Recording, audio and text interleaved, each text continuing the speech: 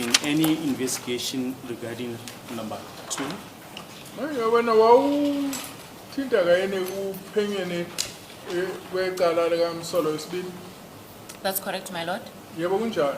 When did you make contact for the first time with accused number 2? Waqala nini ukuthi uqala ukuhlangana noMsolo wesibili?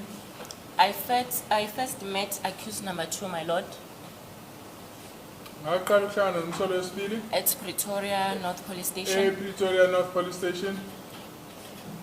And my lord, that was after Sergeant Mokgane Kwakusemuva ukuthi uSergeant Mokgane informed me that engitshela ukuthi I should, my lord, come and meet him ukuthi angize ngizohlangana naye at Pretoria North Pretoria North for the purpose of questioning accused number 2. ukuthi siyobuza uMsolo wesibili. And when was that? What was the Kwakuyini? date? It was, my lord, on the 17th of June 2020. Kwangumhla 17 kuJune 2020. Do you know as when accused number 2 was arrested? Uyazi yini ukuthi uMsolo wesibili wayeboshwe nini? I know, my lord, that he was arrested on the 16th of June 2020 Yazi ukuthi wayeboshwe ngomhla 16 kuJune 2020. by Sergeant Mokgane and Sergeant Mapena. Wayeboshwe uSergeant Mokgane noSergeant Mapena.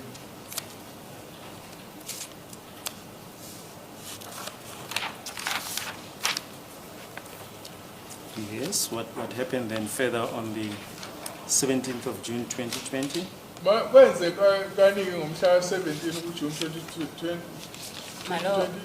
My lord, I arrived at Pretoria North Police Station Ngafika ke ePretoria North Police Station and found Sergeant Mokgane, ngathola uSergeant Mokgane Sergeant Mapena, noSergeant Mapena and accused number 2. noMsolo wesibili. Just a minute.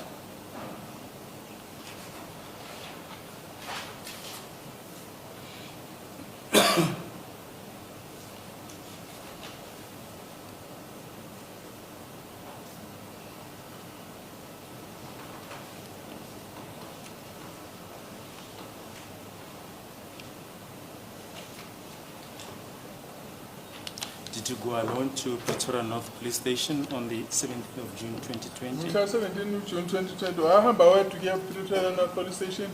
Yes, my lord, I was alone. Yebo ngangingedwa. Yes. And my lord, I found them at the boardroom. Ngabathola behlele eboardroom.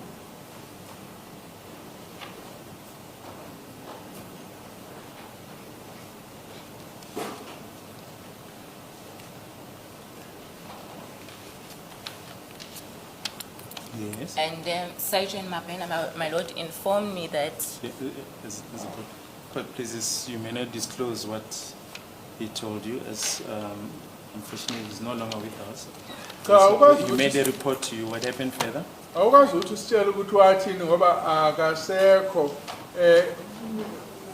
kubeka ngumbiwe nje. So was it Sergeant Mokgane or Mokgane, Sergeant Mokgane? Mokgane, KwakuSergeant Mokgane. Or not Mabena? not Kwakungena uMapena. Yes. but he was present. Yes. Yes. you may Kodwa proceed. ayekhona naye. And my lord, Sergeant Mokgane told me that uSergeant Mokgane wangitshela ukuthi they were actually wrapping up hayi babesebezama ukugoqa because, my lord, they questioned accused number 2 ngoba babembuza imibuzo uMsolo wesibili about his involvement in the murder of Senzo Meyiwa. mayelana nokuthi uthinte kanjani ekubulaweni kaSenzo Meyiwa. And my lord, he gave an alibi Wavela wanika ke ukuthi ubani umunye owazi ukuthi nempela wayengekho la. to say, my lord, he was at work on the day Ngokuthi ke wachaza ukuthi wayesemsebenzini ngalelo langa. and he was also, my lord, willing to take them to his, my lord, employer. Hayi ngenankinga ukuthi angabathatha bayise la esenza khona. In order, my lord, to verify that he was indeed at work. Ukuthi afike ke ayotholakala isiqiniseko sokuthi ngempela wayesemsebenzini. Just a minute.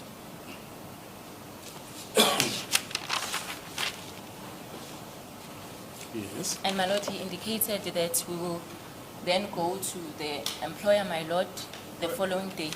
Mayisethi-ke singaya la ayesebenza khona ngelanga elilandelayo On the 18th of June 2020. ngomhla ka-18 kuJune 2020.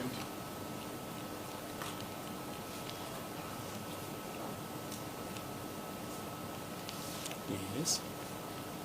And my lord, indeed, on the following day, the 18th of June 2020, Nembala-ke ngomhla ka-18 kuJune 2020 I was with Brigadier Kininda, who was then a colonel. nganginobrigadier Gininda ngaleso sikhathi wayesewukhonelele. We drove, my lord, to Carltonville Sahamba-ke ngemoto saya eCarltonville, at Sibanye Stillwater saya eSibanye Stillwater. mine. Imayini-ke leyo. Just a minute.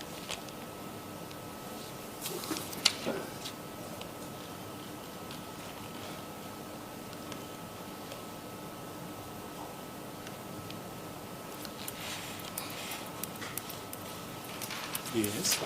When, my lord, we got there, Sathi kumasifika lapho we found Sergeant Mokhane and Sergeant Mabena sathola uSergeant Mokhane noSergeant Mabena walking out, my lord, of where Ntanzi was, accused number 2 was working.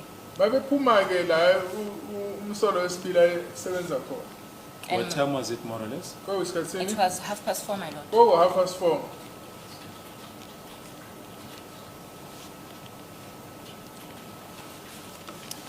Yes.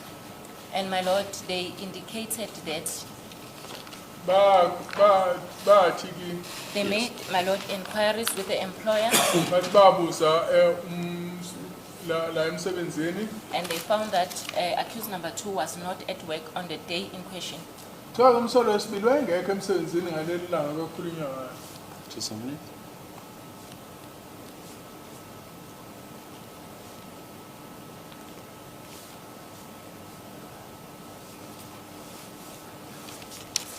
Yes. And my lord, the brigadier, Manje kubrigadier ngaleso sikhathi my lord, asked them if they had any proof to show that he was not at work on that manje day. wacela ukuthi baphe khona yini isiqiniseko abasiphethe into engakhombisa ukuthi ngempela wayengekho emsebenzini ngalelo langa. And they did not have, my lord, any document with them. Babengaphethe lutho kubona. That's when the brigadier said they must go back inside. Yilapho-ke ubrigadier wacela ukuthi aphindele ngaphakathi. And they went in, my lord. Yebo baphindela ngaphakathi. But my lord, I don't remember going inside with them. Angikhumbuli mina ngingena nabo. I went, lord, to sit in the car. Mina ngahamba ngaya yohlala emotweni As my lord, I had other administrations, my lord, to do. ngoba kwakukhona omunye umsetshenzana engangifanele ngiyenze. Just a minute.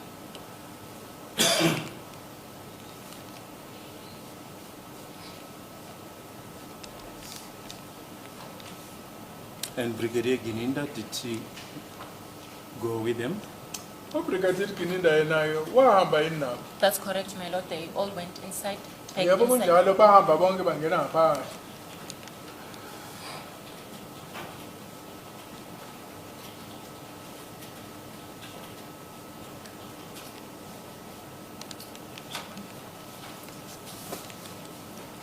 Yes. And after some time, my lord, they came back. Emva kwesikhashana-ke babe sebeyaphuma.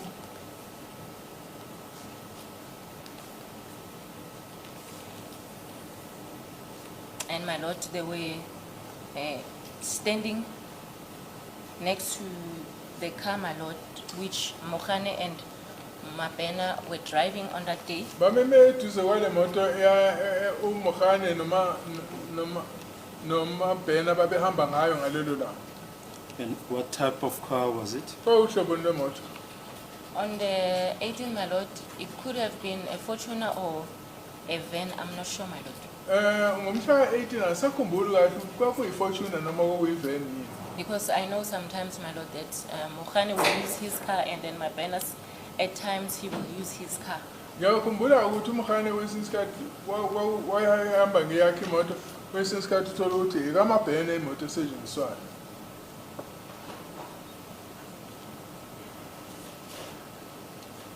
Yes. And there, my lord, after some time, Emva kwesikhathi-ke Brigadier Kininda came back, Brigadier Kenenda wabuya and my lord, he did tell me that wangitshela-ke ukuthi But he made the report to you. yes, my lord, he made a report to me, yebo wanginika umbiko. and my lord, he then said that he's arranging for a confession to be taken Manje wasengitshela ukuthi ulungiselela ukuvumisa from accused number 2. okuvela kumsolwa wesibili.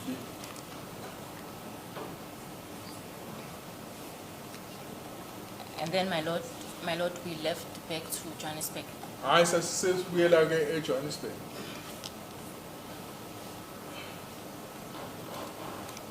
Now, except for the verification of the records of accused number 2 at his workplace, do you know if any other thing was shown to him? Ngaphandle-ke ukuthi-ke kuyothola isiqiniseko sokuthi umsolwa wesibili wayesemsebenzini, uyazi yini ukuthi khona enye into akhonjiswa yona? No, my lord, I was not with them when they came back from the workplace, but they took, my lord, some time standing with the accused. That is now Sergeant Mokhane, Sergeant Mabena, and Brigadier Kininda. Cha ngangingenabo-ke ngangamile nabo ngesikhathi-ke sebevela le maphakathi enkampanini. Beme babendawonye bona mina ngingekho khona lapho. Kukhona uSergeant Mokhane noSergeant Mabena noBrigadier Kininda.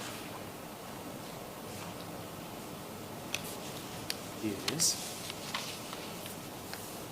And thereafter, my lord, we left Mokhane and Sergeant Mabena. Manje lapho-ke sashiya-ke umSergeant Mabena noSergeant As Mokhane. well as, my lord, the accused, Sibashiya-ke nomsolwa. accused number 2. Khuluma ngomsolwa wesibili.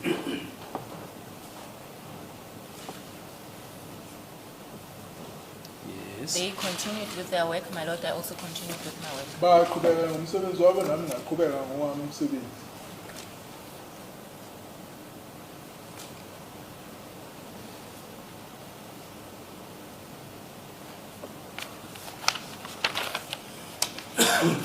Yes, you previously mentioned that the case against accused number 1 was postponed on the 8th of June 2020 to the 19th of June 2020. Ubusoshela ngaphambilini ukuthi icala kamsolwa uqala lahlehlisiwe kusukela ngomhla ka-8 kuJune 2020 ukuyofika ngomhla ka-19 kuJune 2020. That's correct, my lord. Yebo kunjani? Yes, then what happened then on the 19th? Kwenzekani-ke ngomhla ka-19? On the 19th, my lord, of June, I booked out accused number 1. Ngomhla ka-19-ke ngahamba ukuyomkhipha umsolwa uqala. To Tembisa Magistrate Court. Ngamisa enkantolo yaseThembisa. And my lord, there's an entry, OP number 308. Khona-ke la kubhale khona OB 308. And the time is 0920. Isikhathi u-0920. Suspect out. Kuthiwa lapha wakhishwa umsolwa. Sergeant Mukhala, personal number. Kuthiwa iSergeant Mokhane wamkhipha inamba yakhe. My lord, they wrote Sergeant Mukhala, but I'm Sergeant Mukhula. Manje la kwabhala ukuthi Sergeant Mokhala. Kodwa mina-ke nguSergeant Mukhula. And with my personal number, Kwabhalwa-ke nenamba le yami yomsebenzi. with one, Moses Temba Spear, Kuthiwa ngakhiphumayo noMoses Temba Spear. case number 217/03/2020, Ikhesi-ke u-217/03/2020. SAP 14, Kuthiwa-ke SAP 14, 12 of 6/2020, u-12 of 6/2020. dealing in drugs, Usho ukuthi-ke ukudayisa izidakamizwa. to Tembisa Court.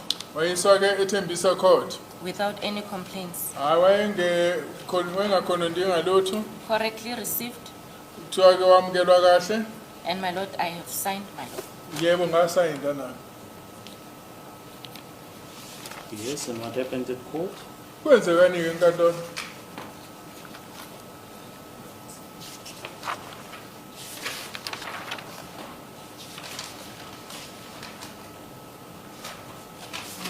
My lord, the matter was remanded to the 30th of June 2020 Manje kudaba elwahleselwa mhla ka-30 kuJune 2020 for bail application. ukuze kazofaka isicelo sakhe sebheyili. My lord, the postponements were done at the gate. Manje ke lokuhlehliswa kwecala kwenzeka esangweni. For my lord, the court was closed due to COVID. Ngoba ke inkantolo yayivaliwe ngenxa yobhubhane lwe-COVID. And thereafter, my lord, I took back accused number 1 Hayi umsolwa siqala ngase ngimbuyisele emumva. as per OP number 1313. I-OP number yakhona ko-1313 The time is 12:20. isikhathi kwawu-12:20 Suspect back kuthiwa umsolwa wabuyela emumva from Tembisa Court evela eThembisa Court with Sergeant Mkhula, ehamba noSergeant Mkhula. Muzi Temba Sibia, Igama lakhe kwakumuzi Themba Sibiya, SAP 14 SAP 14 4306/2020 4314 43/06/2020. 43/06/2020. Case 217/03/2020 Ikhasi-ke u-21703/2020 dealing in drugs ukudayisa idakamizwa correctly received, wamukelwe kahle. and my lord, the person also attached his or her signature. Manje ke khona lo wamamukela ke wafaka wasayinda la. Now, you mentioned that on the 18th of June 2020, when you left Carltonville, Brigadier Gininda indicated that he was going to make arrangements for accused number 2 to make a confession. Ngomhla ka-18 kuJune 2020 nathi manisuka lapha eCarltonville uphawulile ukuthi Brigadier Gininda wayethe uzokwenza amalungiselelo ukuthi umsolwa ayokwazi ukuvumisa isono. That's correct, my lord. Yebo kunjalo. Do you know if that eventuated? Uyazi ke mhlambe yini ukuthi lokho kwagcina kwenzekile? That's correct, my lord. Yebo kunjalo. On which day? Ngaluphi ilanga? I think, my lord, on the 19th of June 2020. Ngicabanga ukuthi kwenzeka mhla 19 kuJune 2020.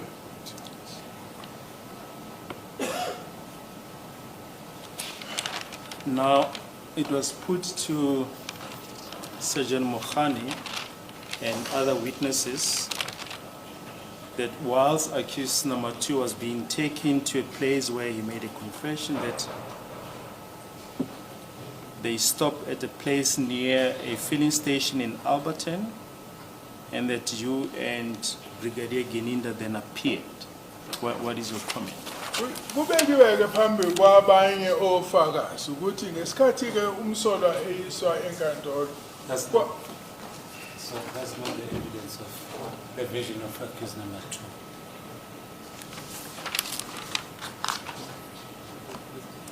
Accused number 2's version was not involving Brigadier Gininda at the engine garage. I can't hear what I'm saying. Sorry, my lord. The version of accused number 2, it doesn't contain the information relating to Brigadier Gininda at the filling station. I'll just put that in correct perspective, that they stopped at a place near a filling station in Alberton where he was assaulted. Kuthiwa kwami egarage ngase-Alberton la afika washaya khona. And that from there they proceeded to a still place Kuthiwa emva kwaloko bahamba kwaya la kunensimbi khona.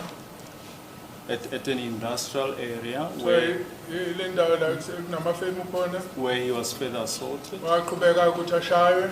and that you and Brigadier Gininda then appeared there. So when I know Brigadier Ginenda, na yakuleyo ndawo. What is your comment? Sini hello. May I also clarify this aspect? That's not the version of May I just clarify this one? The witness was led in terms of the 18th, immediately after they departed from Carltonville. No, the And question Mohane- is, wait. Otherwise, you're going to confuse me. Yes.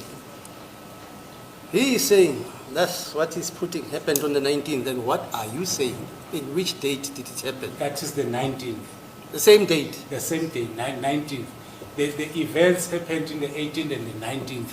No, fine. But the Yes. event of taking accused number 2 To the steel pipe. to filling station where he was assaulted, and thereafter they proceeded to industrial place, further assaulted, and thereafter he says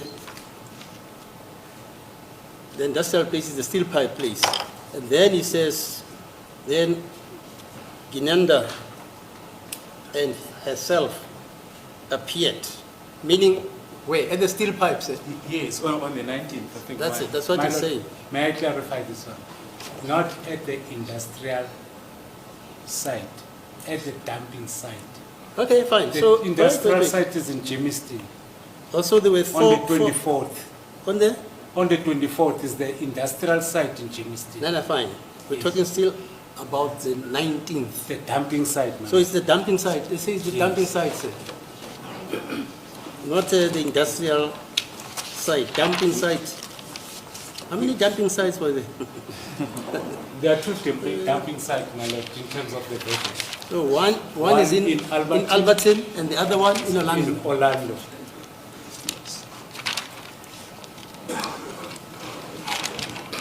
So But- Mr. Baloyi, put this version correctly. Yes, If but you differ. yes. The first stop was at a filling station Where? near Alberton. That's the first place. Yes. On which date, sir? On the 19th. On the 19th. Yes. Filling station. All right. You don't know the time. Well- Evening, morning, afternoon. Well, they put two versions, my lord. Two versions. I think it's for them to clarify that. Okay. So the first place is Alberton filling station, Yes. right? Then the second place was at this steel place. Steel place. Where is it? The steel place.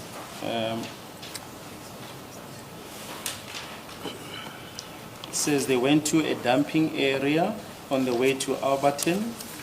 All the cars stopped there.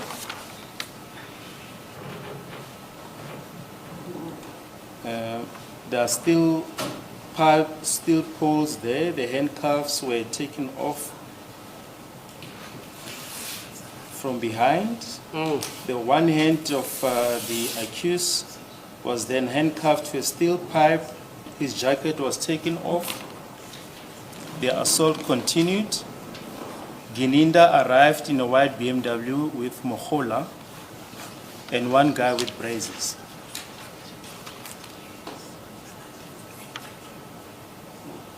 With Mohola Yes, in a white BMW. yes, and that's what we are putting to the witness now, just to comment on that. Okay.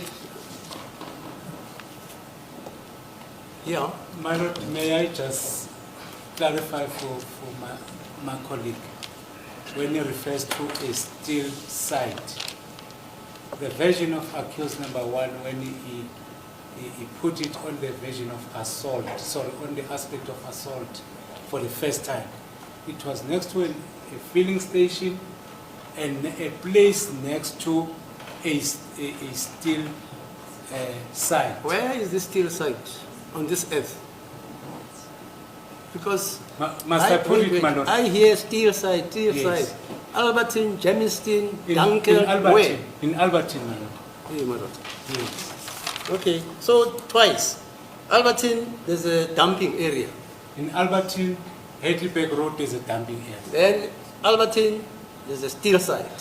steel site. Right. As in the same vicinity. Okay, still site and, yeah, fine. And then? This is what he says. Are you saying at that stage, at the steel site in Alberton? Yes, in fact, we have since received the record, my lord. Oh, so you guys, And on page 23 of the report, is where Mr. Mngomezulu puts the version. yes. Yeah. And then Mr. Mngomezulu says, then you immediately after that, you actually moved from that place that is now from the filling station, and you went next to a dumping area on the way to Alberton.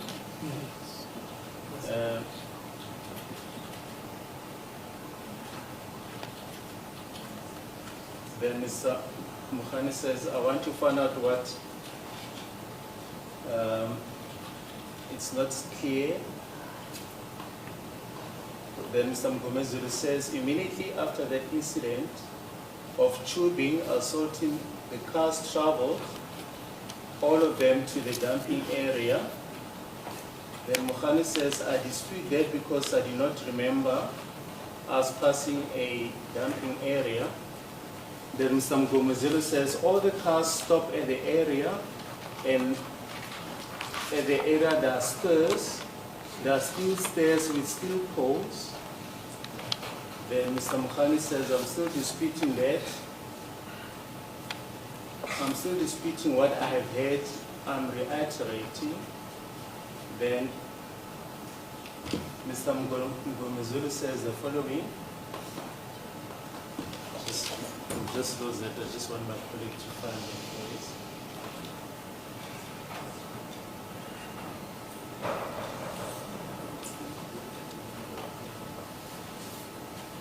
Then Mr. Mngomezulu says, yes, so the handcuffs were taken out from the hands of the accused,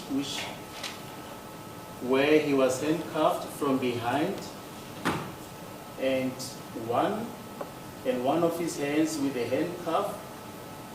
The other handcuff was put on the steel pipe. Then Mukhani answered that is not true. Then Mr. Mngomezulu put it to Mukhani, then his jacket was taken off. Mukhani says that's not true. And it was poured with water. And Mr. Mngomezulu says, then the assault continued as previous.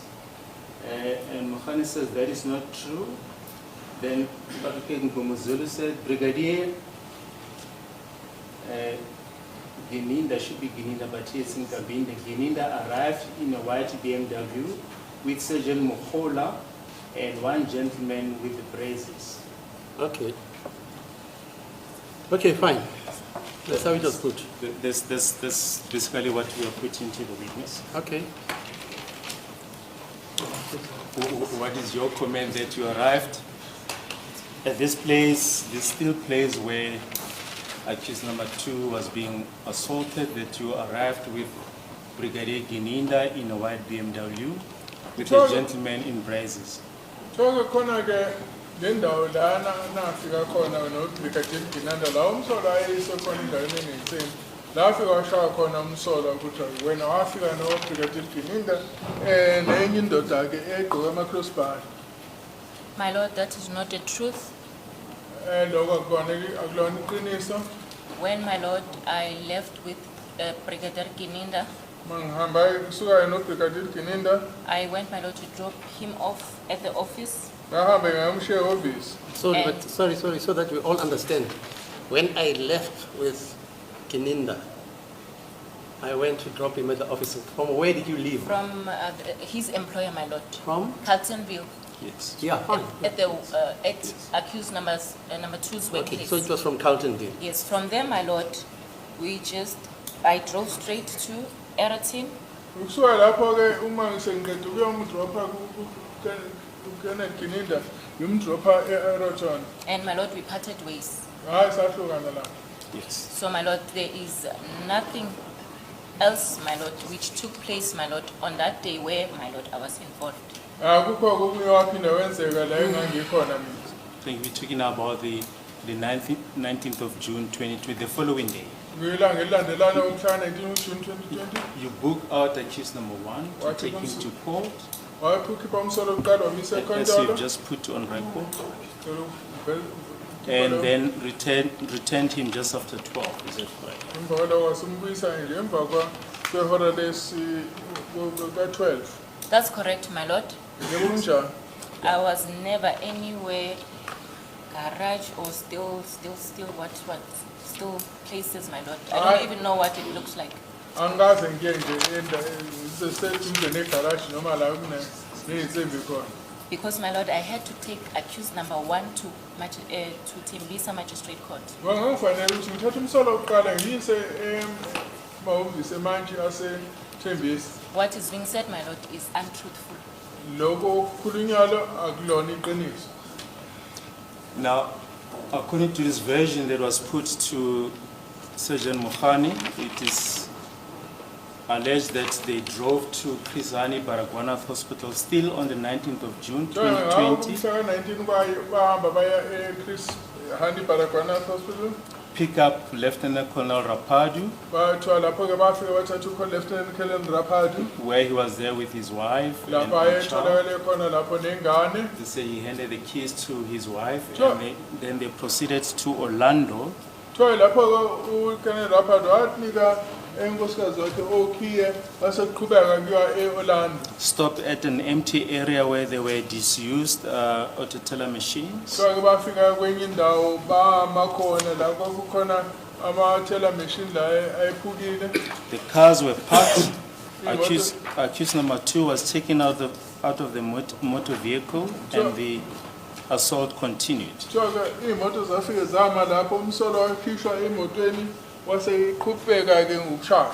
And that you and Brigadier Gininda arrived there, Kuthiwa wena-ke noBrigadier Ganenda nafika la. that Brigadier Gininda opened the boot of the vehicle, sat on the edge, and took out certain documents and gave them to Colonel Rapadu.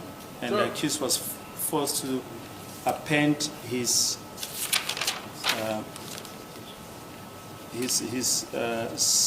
thumbprint on those documents. Or what is your comment? Kuthiwa uColonel Ganenda wafika lapho avula imoto afika sehlala la ebhuthini yemoto la eyivulile wakhipha amanye amadokhumenti. Uthini ngalokho? My lord, that is not the truth. Cha, akulona iqiniso leyo. I was never at Baragwanath, my lord. Angikaze ngiye Baragwana Orlando. Orlando. nase-Orlando. And my lord, I was never driving in a white BMW Angikaze on that day. ngalelo langa ngangahambi nge-BMW emhlophe. And my lord, the first time I met with Colonel Rapadu, Uqala kwamhlangana noColonel Rapadu. it was when, my lord, he came to testify. I did not know him, my lord, prior to that. Kuthiwa-ke ngaqala ukuhlangana ngelanga eze uzoletha ubufakazi. Ngaphambi kwalokho angangakaze ngihlangane naye. So, my lord, what is being said is not the truth. Kusho ukuthi lokho kukhulunywayo akulona iqiniso. Sorry, you're saying the first time you met Colonel Colonel Rapadu, Rapadu was here is- at this court. my lord, I did not know Colonel Rapadu. Ngangiqala ngawubona uColonel Rapadu la kule nkantolo ngangakaze ngimbone ngaphambili. Yeah. Now, the BMW, the white BMW referred to here, do you know such a vehicle? Yes, le BMW ekhulunywa ngayo la kuthi emhlophe. My lord, I am now driving in a white BMW. Yebo sengihamba nge-BMW emhlophe. Probably, my lord, accused number 2, my lord. You know, he saw me driving the BMW, and now he's taking chances, my lord, to say, on that day I was driving in a white BMW. Ya ngoba manje sengihamba ngaleyo moto i-BMW emhlophe manje umsolo wesibili usezama ukuthi athi-ke ngalelo langa ngangihamba ngaleyo moto. Now, but the point is, the question pertinently is, the BMW, you say Ginanda sat on the boot My lord, and you were there. my lord, it is not the truth.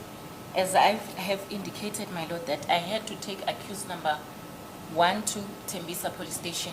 Hayi kulona iqiniso leyo ngoba njengoba sengishilo ngifake ngithatha umsolo wesiqala ngiyise eThembisa Police Station. Tembisa Court.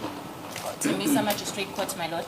Kulungisa lapho kwakuyisethembisa Magistrate Court ingekhona e-police station. So, my lord, such incident did not take place. Cha into enjalo-ke ayikaze yenzeka.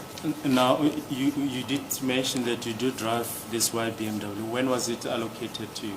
Waqala nini-ke ukusebenzisa le BMW emhlophe? In 2021, my lord. Ngaqala usebenzisa mhla ngo-2021. Now, in 2020, June 2020, were you ever using this vehicle, the white BMW? Ngo-June 2020 uke wayisebenzisa le moto yehlobo le-BMW? That's not, I was not, my lord, using the BMW white in color in 2020, my lord. Ngangayisebenzisile leyo BMW emhlophe ngo-2020.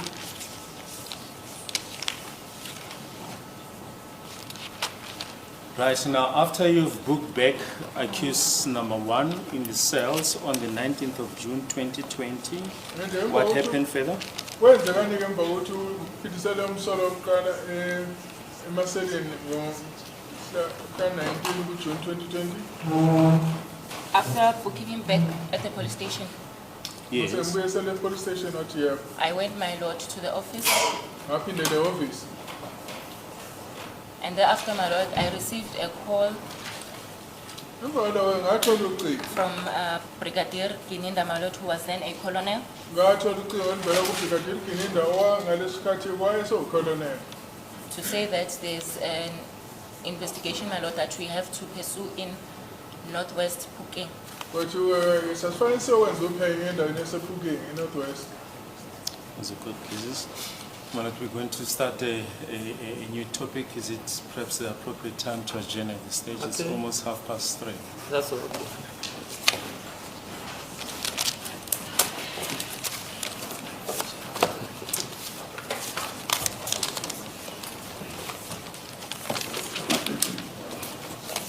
Okay, tomorrow then at 10 o'clock.